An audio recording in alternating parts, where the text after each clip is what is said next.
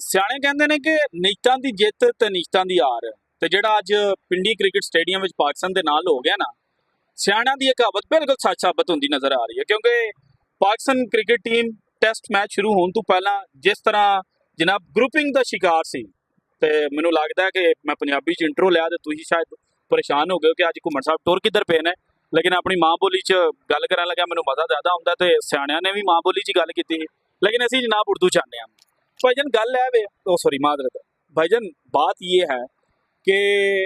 Pakistan cricket team के जो L हैं ना वो लग चुके हैं। अब टेस्ट मैच आज तो जनाब बैड लाइट और बाद में बारिश की वजह से जनाब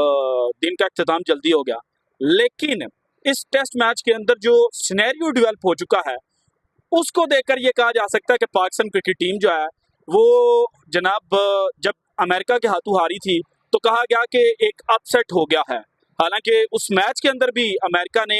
6 जून को पाकिस्तान को जनाब हर डिपार्टमेंट के अंदर मारा था, लेकिन आपने कहा कि जनाब 20 ओवर्स का फॉर्मेट है और यहाँ पर जनाब किसी दिन किसी टीम का दिन अच्छा हो गया, किसी खिलाड़ी का दिन अच्छा चला गया तो उसने जनाब पाकिस्तान की जो धुलाई है वो कर दी। लेकिन अब पहला टेस्ट मैच और उसके बाद सेकंड टेस्ट मैच को स्पेशली अगर देखा जाए, पाकिस्तान बैटिंग फर्स्ट कर रहा था, पाकिस्तान का 107 के ऊपर एक खिलाड़ी आउट था, लेकिन वहां से पाकिस्तान का जनाब डाउनफॉल शुरू हुआ। शान मसूद की विकेट गिरी, उसके बाद साइम अयूब गए और साइम अयूब के जाने के बाद पाकिस्तान क्रिकेट टीम जो है वो 274 रन स्कोर कर पाई, 107 पे एक खिलाड़ी आउट था। दूसरी जानिब बांग्लादेश के 26 पे 6 खिलाड़ी आउट थे, लेकिन बांग्लादेश ने 262 रन स्कोर किए और पाकिस्तान क्रिकेट टीम जो एक वक्त में मैच को जनाब अपने पूरे हिसार के अंदर ले चुकी थी, क्योंकि जब 26 के ऊपर 6 खिलाड़ी आउट थे तो उस वक्त बात क्या हो रही थी कि जनाब पाकिस्तान आज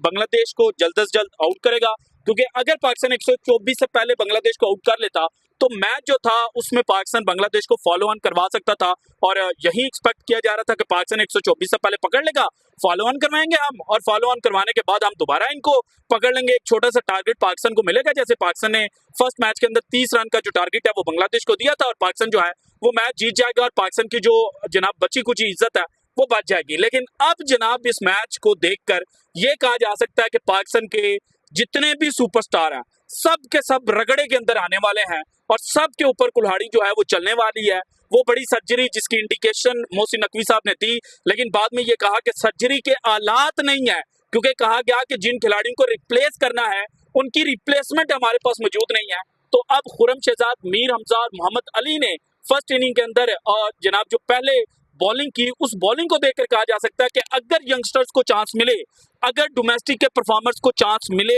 तो वो इंटरनेशनल क्रिकेट के अंदर, चाहे वो टेस्ट क्रिकेट हो चाहे वो वाइट बॉल फॉर्मेट हो, वहां पर जनाब पाकिस्तान को जो मैचेस हैं वो जितवा सकते हैं। सो एक जानिब तो ये बात की जा रही है, लेकिन दूसरी जानिब आज जो पाकिस्तान के बल्लेबाजों के शाहकार कारनामे हैं जो जनाब इस वक्त सारी दुनिया के अंदर डिस्कस हो रहे हैं, उनके ऊपर निगाह डाली जाए तो पाकिस्तान के कल 2 खिलाड़ी आउट थे और दूसरी विकेट खुर्रम शहजाद की गिरी थी जो नाइट वॉचमैन थे, शान मसूद को बचाया गया था। और आज जब शान मसूद और साइम अयूब ने दोबारा बैटिंग का आगाज किया तो हर ओवर के अंदर उन्होंने बाउंड्री हासिल की और उस वक्त लगा कि पाकिस्तान जो है वो पॉजिटिव माइंड सेट के साथ आया हुआ है। लेकिन जैसे ही साइम अयूब की विकेट गिरी जनाब 47 के ऊपर, तो उसके बाद एक दफा फिर से पाकिस्तान की जो बैटिंग लाइनअप है वो एक्सपोज होगी, क्योंकि साइम अयूब ने 35 गेंदों के ऊपर 20 रन स्कोर किए और इनके आउट होने के बाद बाबर आजम क्रीज के ऊपर आए, शान मसूद को उन्होंने ज्वाइन किया, लेकिन जनाब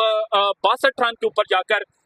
जो कप्तान शान मसूद हैं वो भी घर को चले गए। उसके बाद 65 रन के ऊपर बाबर आजम जो है उन्होंने भी अपनी विकेट जो है वो गंवा दी और उसके बाद जनाब फर्स्ट टेस्ट मैच की फर्स्ट इनिंग के सेंचुरियन सऊद शकील जो है वो भी 81 जब पाकिस्तान का स्कोर था तो वो भी अपनी विकेट देकर चले गए। लेकिन फिर जनाब सलमान अली आगा और मर्द बहरान मोहम्मद रिजवान के दरमियान एक पार्टनरशिप लगी, लेकिन जब जनाब 136 के ऊपर मोहम्मद रिजवान आउट हुए तो उस वक्त ये लग रहा था कि पाकिस्तान जो है वो अब ये मैच हारने जा रहा है। लेकिन फिर जनाब जो सलमान अली आगा हैं उन्होंने जिस तरह से फर्स्ट इनिंग के अंदर कदरे बेहतर बैटिंग की थी, सेकंड इनिंग के अंदर भी उन्होंने थोड़े से चांसेस लिए और पाकिस्तान को जनाब एक रिस्पेक्टेबल टारगेट जिसको कहा जा सकता है वहां तक पहुंचाया, क्योंकि जनाब जो बांग्लादेश है उसको eight the end of the day 185 run score करने थे, क्योंकि 172 पाकिस्तान ने स्कोर किया और 12 रन पहले इनिंग की पाकिस्तान को लीड हासिल थी, सो उनको इंक्लूड किया जाए तो 184 बने और 185 जो है वो बांग्लादेश ने टारगेट अचीव करना था। लेकिन बांग्लादेश का जो माइंडसेट है अगर उसको स्टडी किया जाए तो जनाब पहले फर्स्ट इनिंग के अंदर इनको फेंटी पड़ी, 26 के ऊपर 6 खिलाड़ी आउट हुए। लेकिन आज जब जनाब फर्स्ट डे जो फोर्थ डे है वो स्टंप हुआ, तो उस वक्त बांग्लादेश जो है वो 42 रन स्कोर कर पाया था और 7 ओवरों के अंदर इन्होंने ये 42 रन हासिल किए थे। खुरम शहजाद को जनाब जो शादमान इस्लाम और जाकिर हसन है उन्होंने ठीक ठाक ठोका है। शादमान इस्लाम जो है वो स्ट्राइक जो है वो रोटेट करके जो जाकिर इस्लाम है जाकिर हसन है उनको दे रहे थे और जाकिर हसन दूसरी साइड पे फेंटी लगा रहे थे, क्योंकि इनको पता था कि कल यानी कि 5वें दिन बारिश है और आज का जो हमारे पास टाइम होगा यही इसके अंदर हमने मैच जो है वो जीतना है। लेकिन जनाब इनकी बुरी किस्मत के बैड वेदर और जनाब जो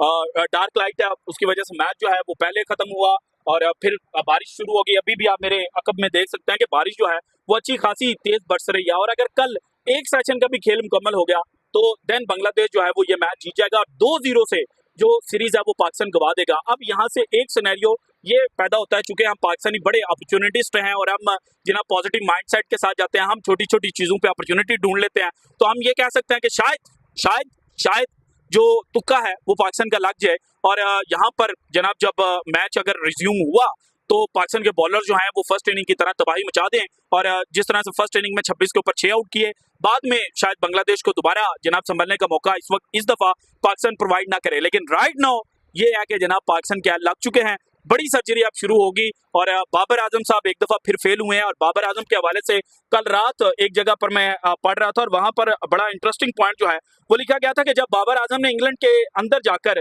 158 रन की इनिंग खेली तो हमने कहा कि ये तो इंग्लैंड की BCT। मैच के बाद बाबर आजम ने ऑस्ट्रेलिया की जो टॉप क्लास बॉलिंग थी उसके खिलाफ 196 रन स्कोर किए, तो हमने कहा कि ये तो फट्टा विकेट के ऊपर खेला। उसके बाद वर्ल्ड कप 2023 के अंदर बाबर आजम ने इंडिया के खिलाफ 50 रन स्कोर किया और उसके बाद जैसे ही बाबर आउट हुए पीछे से पूरी पाकिस्तान क्रिकेट टीम की जो बैटिंग लाइनअप है वो रेत की दीवार साबित हुई। तो हमने कहा कि बाबर आजम जो है उसको खेलना ही नहीं आता, उसने जनाब टिमिड अप्रोच के साथ खेला। हालांकि बाद में ये चीज समझ आई कि भारत ने जानबूझकर जो पिच है वो जनाब तब्दील की हुई थी और ICC के जो न्यूट्रल कुरेटर थे उन्होंने इस चीज को एक्सपोज किया था। इसके अलावा भी बाबर आजम की कई ऐसी इनिंग्स हैं जिनके ऊपर हमने उनको क्रेडिट देने की बजाय हमेशा डिसक्रेडिट दिया और कहा कि जनाब आप तो हमेशा BC बॉलिंग लाइनअप को मारते हैं। लेकिन अब जनाब बाबर आजम जिस रफ पैच से चल रहे हैं, जो पाकिस्तान क्रिकेट में पिछले 1.5 साल से चल रहा है, शायद उसका प्रेशर जो है और वो चीजें बाबर आजम के जहन के अंदर बैठती हुई हैं। इसी वजह से बाबर आजम जो है वो बार बार उन गेंदों के ऊपर आउट हो रहे हैं जहां पर बाबर आजम माजी के अंदर रन स्कोर करते थे।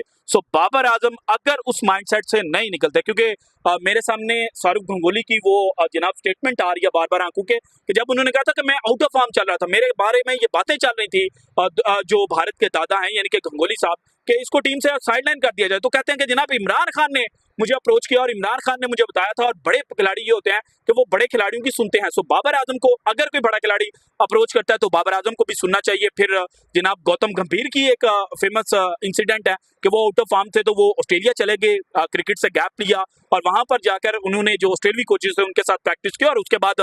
जो गौतम गंभीर है उन्होंने भी भारत को एक लंबे अरसे तक सर्व किया और भारत के लिए बड़ी बेहतरीन इनिंग्स खेली। सो जनाब right no at the end of the day यही कहा जा सकता है कि कोई करिश्मा कोई मोजा जो है वही पाकिस्तान को बचा सकता है, वरना पाकिस्तान जनाब ये सीरीज 2-0 से हारे या ना हारे 1-0 से पाकिस्तान ये सीरीज जो है वो हार चुका है। So this is it from today's episode. अगर आपको वीडियो पसंद है तो लाइक कीजिएगा, ज्यादा से ज्यादा शेयर कीजिएगा, अपनी कीमती राय का इज़हार लाजमी कीजिएगा और अगर आपने अभी तक चैनल को सब्सक्राइब नहीं किया तो कर दें। शुक्रिया, अल्लाह हाफिज।